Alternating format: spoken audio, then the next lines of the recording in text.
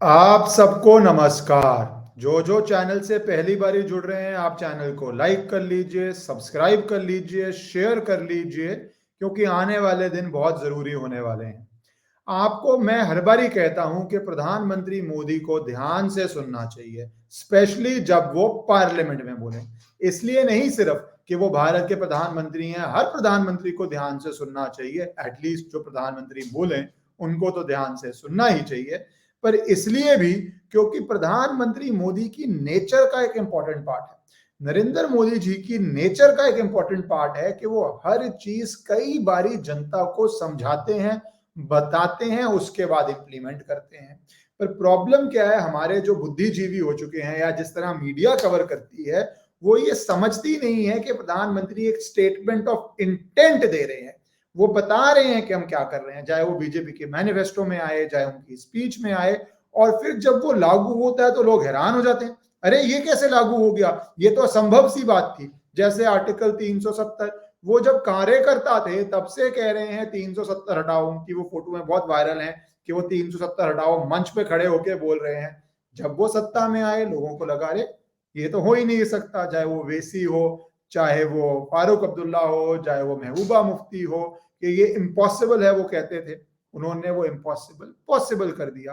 पर वो कहते वो पहले से ही थे, आप सुनना नहीं चाहते थे, वो अलग बात है।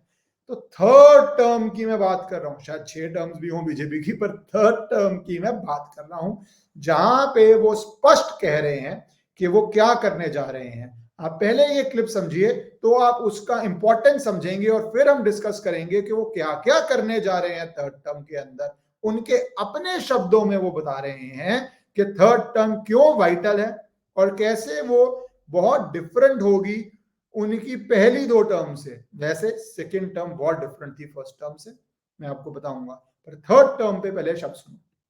आदरणीय अध्यक्ष जी,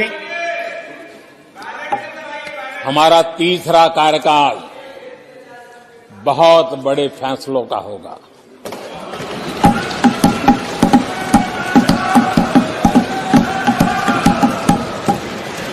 मैंने लाल किले से कहा था, और राम मंदिर प्राण प्रतिष्ठा के समय भी मैंने उसको दोहराया था। मैंने कहा था, देश को अगले 1000 वर्षों तक समृद्ध और सिद्धि के शिखर पर देखना चाहिए। आप देखिए कि वो स्थान गिना रहे हैं, मैंने कहां कहां बोला। इस 30 सेकंड की क्लिप में 3 बड़ी चीजें हैं, तीसरा टर्म है। पहला, वो गिना रहे हैं, मैंने कहां कहां बोला, लाल किला से बोला, जो हमारी इंडिपेंडेंस का प्रतीक है। मेरे अनुसार कोई और प्रतीक होना चाहिए, पर वो मेरी फीलिंग है। पर मान लीजिए जो आज प्रतीक है, जहां से प्रधानमंत्री भाषण देते हैं, वो कहते हैं मैंने लाल किला से बोला। जो हमारी सभ्यता, संस्कृति, आस्था, आत्मा का प्रतीक है, राम मंदिर प्राण प्रतिष्ठा, वहां से भी उन्होंने बोला, मैंने दोहराया था। तो दूसरी जगह इंडिपेंडेंस के प्रतीक से मैंने बोला, हमारे राम मंदिर प्राण प्रतिष्ठा, जो आपको पता है किस तरह का प्रतीक है, वहां से बोला। और आज मैं पार्लियामेंट में बोल रहा हूं, जो हमारे कॉन्स्टिट्यूशन का प्रतीक है, जहां हमारे लॉ मेकिंग पावर का प्रतीक है, पार्लियामेंट से बोल रहा हूं। क्या बोल रहा हूं कि दूसरा पार्ट था, ये बड़े फैसले होने वाले हैं। और प्रधानमंत्री वैसे भी एज अ गुजरात सीएम भी जाने जाते थे बड़े फैसलों के लिए।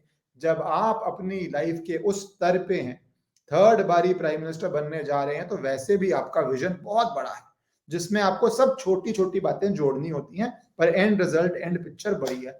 और तीसरा, वो बोलते हैं 1000 साल की, क्योंकि 1000 साल की भी एक सिग्निफिकेंस है। आपको पता है किस तरह भारत पे आक्रमण पे आक्रमण हुआ, आक्रमण पे आक्रमण हुआ, और हमने कितनी बड़ी, कितने 100 साल, ऑलमोस्ट 1000 साल कुछ लोग कहते हैं, उस बात की कॉस्ट बेयर करी है। जगह, स्थान, जहां से वो बोल रहे हैं, तीनों स्थान, उस पे बड़े डिसीजंस पे और 1000 साल पे थोड़ा फोकस कीजिए। मैं उसके आपको आगे आके बताता हूं कि अब होने क्या जा रहा है। उनके वर्ड्स ये इसलिए सीरियस हैं क्योंकि फर्स्ट टर्म में कोई मेरे हिसाब से ऐसा डिसीजन नहीं था जो हमारी सिविलाइजेशन को अफेक्ट करता।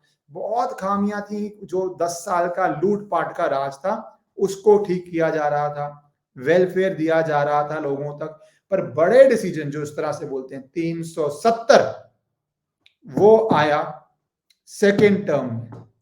कोर्ट से राम मंदिर आया सेकेंड टर्म में, पर पहले ये दिया जाता था हवाला कि राम मंदिर से लॉ एंड ऑर्डर हो जाएगा।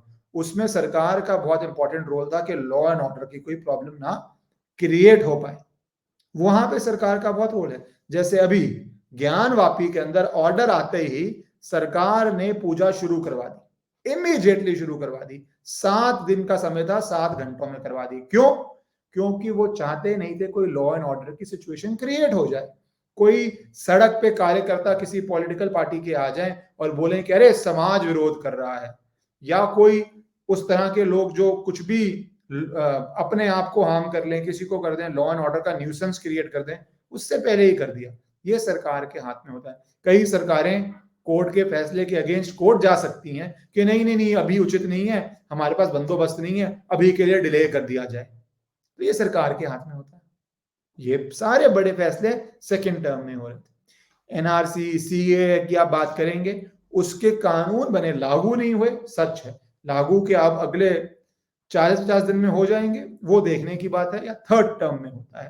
पर एक मंशा तो वो भी थी, जहां पे फिर कोविड आ गया, शाहीन बाग हो गया, सब कुछ हो गया, तो वो स्पीड आपने देखी थी, वो मंशा आप देख रहे हैं। जाए उसके बाद अब थर्ड टर्म में क्या होगा, ये थोड़ा सोचने की जरूरत है। और थर्ड टर्म के जुड़ते हुए आप देखिए, वो साफ कहते हैं, उनको पता है सब ओपिनियन पोल्स क्या कह रहे हैं, और वो क्या कह रहे हैं कि कितनी सीट्स आ रही हैं, ये पहले सुन लीजिए। और ये सीट्स का भी एक महत्व है। तीसरा कार्यकाल भी बहुत दूर नहीं है। ज्यादा से ज्यादा 100-125 दिन बाकी है। और अब की बार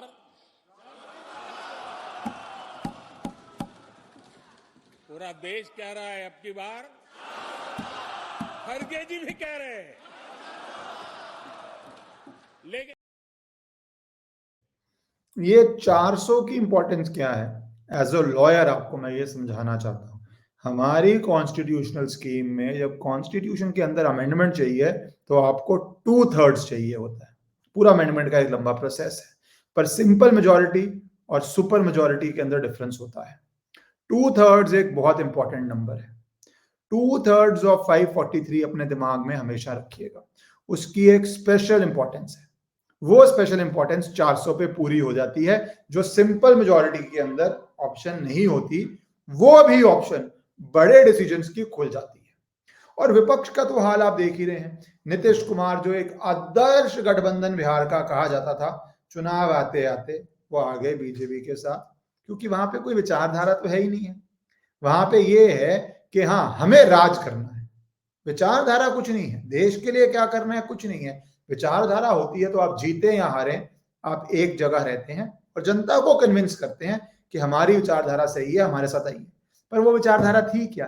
प्लेसेस ऑफ वर्शिप एक्ट लाने की, जहां पे आप हिंदुओं से उनका हक छीन लें। मेरा एक आर्टिकल लिखा है, आज ही या कल ही पब्लिश हुआ है, द ऑर्गेनाइजर, जो आप जानते हैं मैगजीन है, आरएसएस के जो भी है मैगजीन है, उसके अंदर प्लेसेस ऑफ वर्शिप एक्ट आप जाके जरूर पढ़िए, जिसमें मैं कहता हूं किस तरह सेकुलरिज्म का बर्डन हमेशा हिंदू के सर पे डाल दिया जाता है, उसको ही गिल्टी किया जाता है, उसको ही विवश किया जाता है कि अरे आप ये करिए तभी आप अपने आप को सेकुलर दिखा पाएंगे। वैसे हमारी संस्कृति से ज्यादा सेकुलर संस्कृति किसी जगह है ही नहीं। कई लोग कहते हैं यही शायद हमारी बीच बीच में कमजोरी भी रही है। ये डिस्कशन तो हो सकती है कि हमें ये नहीं समझ आ रहा था कई बारी हम बहुत अपना दिल बड़ा करके काम कर देते थे और उसकी कॉस्ट क्या होती थी। पर ये अब नए नए जो बर्डन आ रहे हैं उस पर भी क्या चेंज आने लगा है। और विपक्ष की हालत क्यों इंपॉर्टेंट है? क्योंकि ये प्रधानमंत्री के शब्दों में ही सुन लो विपक्ष क्या। मैं देख रहा हूं कि आप में से बहुत लोग चुनाव लड़ने का हौसला भी खो चुके हैं। और मैंने सुना है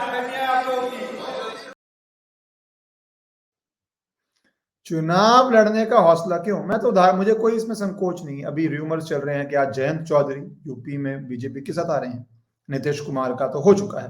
तो सबको दिख रहा है कि देश किस तरफ जा रहा है, किस तरफ आपको आना है, किस तरफ आपको जुड़ना है, और वो उसके ऊपर आगे चल रहे हैं।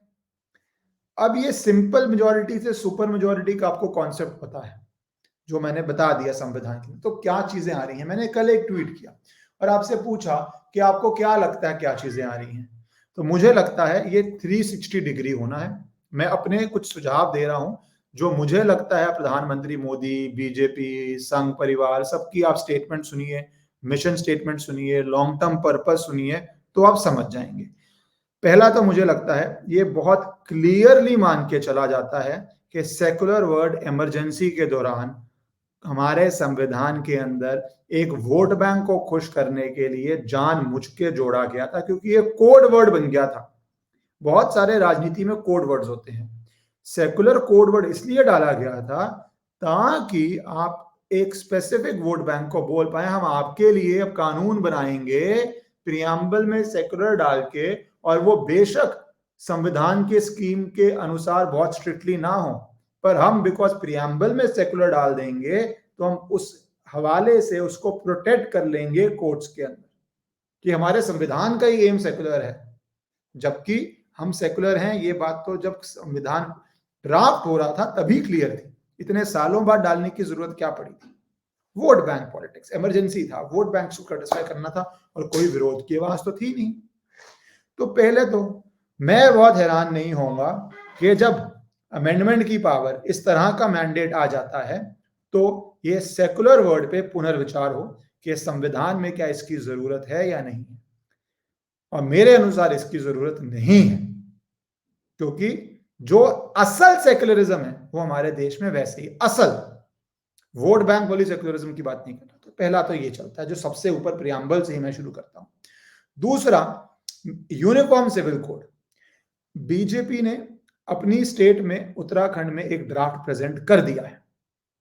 एक आज अंग्रेजी अखबार का आर्टिकल मैं अपने ट्वीट में डालता भी हूं, जो मुझे बड़ा इंटरेस्टिंग लगा, जो कहता है कि भारत में India prepares a law to overturn शरिया लॉ।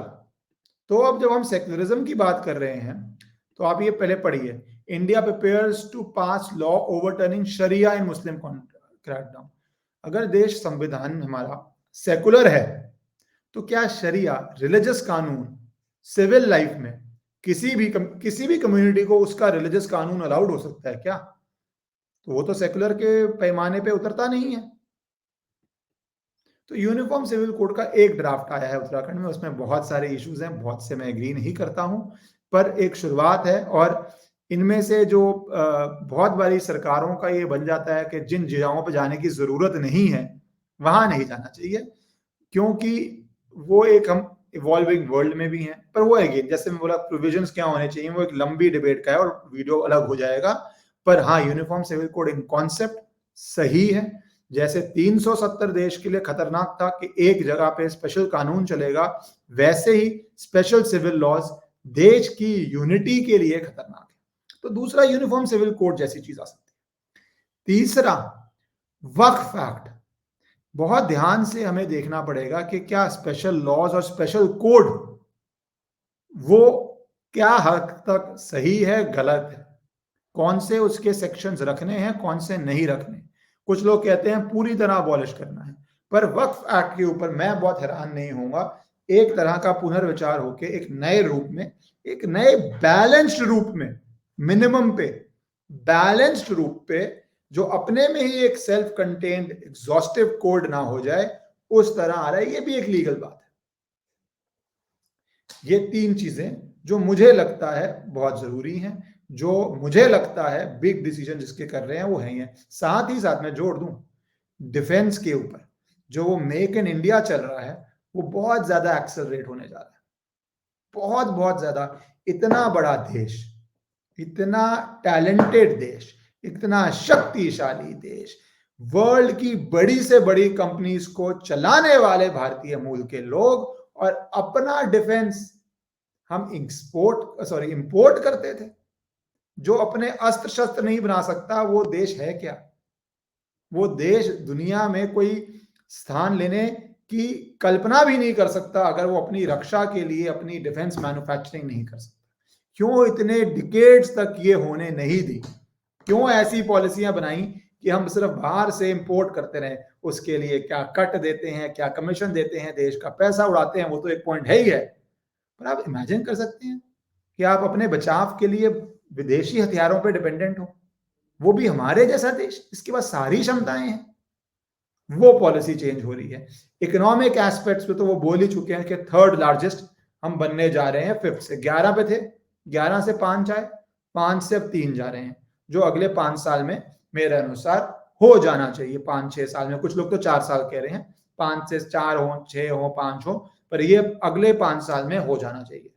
आप थर्ड, 11 पे शुरू हुए थे मोदी कार्यकाल से पहले, थर्ड पे पहुंच जाएंगे 28-29 तक। ये इकोनॉमी के लिए बहुत जरूरी है।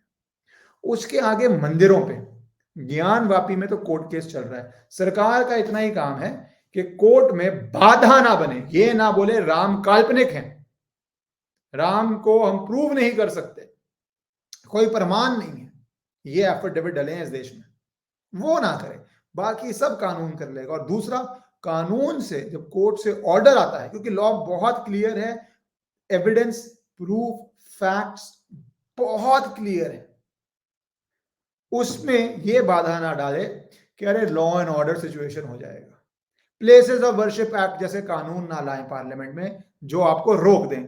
आपको सरकार से सहूलियत भी नहीं चाहिए, सिर्फ इतना चाहिए रोको मत, और सहूलियत चाहिए जब कोर्ट का फैसला है इंप्लीमेंट, जो बहुत ब्रिलियंटली 7 घंटों में इंप्लीमेंट हुआ। ऐसे ही आते रहेंगे फैसले एज पर लॉ, वो इंप्लीमेंट होते रहे, तो ये दिशा भी आगे बढ़ेगी ही बढ़ेगी, इसमें कोई डाउट नहीं है। तो जो प्रधानमंत्री बोल गए हैं कि मेरे थर्ड टर्म में बड़े डिसीजन आ रहे हैं, चाहे वो संस्कृति हो, चाहे वो अजीब परिभाषा जो सेक्युलरिज्म की दी हुई है उसको हटा के जेन्युइन इक्वालिटी, हर नागरिक की जेन्युइन इक्वालिटी होगी। किसी को स्पेशल वीआईपी कानून बने हों जिसमें वो वीआईपी कानून के अंदर कुछ भी करता रहे, अपने वे में चलता रहे, वो रहेगा नहीं मेरे अनुसार। इकोनॉमी पे तो बहुत सारी चीजें हैं जो हो रही हैं, जो मैं वीडियो एक सेपरेट ही बन जाएगी, पर उन सब का ब्रीफ में सार ये है कि अपने को थर्ड लार्जेस्ट इकोनॉमी बनना है, ब्रीफ में सार ये है।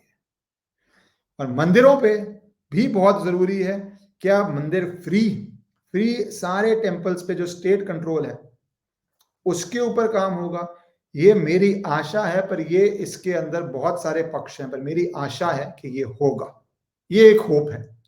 इस पे मैं ये नहीं बोल रहा कि ऐसे संकेत आए हैं या संदेश आए हैं, बाकी सब में को संकेत और संदेश हैं, इसमें पर मेरी एक होप है। एक आध होप तो हम डाल ही सकते हैं। आपको क्या लगता है, क्या क्या बड़े कानून आ रहे हैं और आप कौन से कानूनों की उम्मीद कर रहे हैं, होप कर रहे हैं, वो भी डालिए। पर जो प्रधानमंत्री की बात नहीं सुनते वो रेडी हो जाए, अगले 5 साल में बहुत सारे चिल्लम चिल्लियां होंगी। पर मुझे लगता है 5 साल भी क्या, एक्चुअली बोलूं पहले साल में ही आप 2024 मई से लेके अब 2025 मई तक ही बहुत बड़े ऐसे फैसले देखेंगे। भारत माता की जय।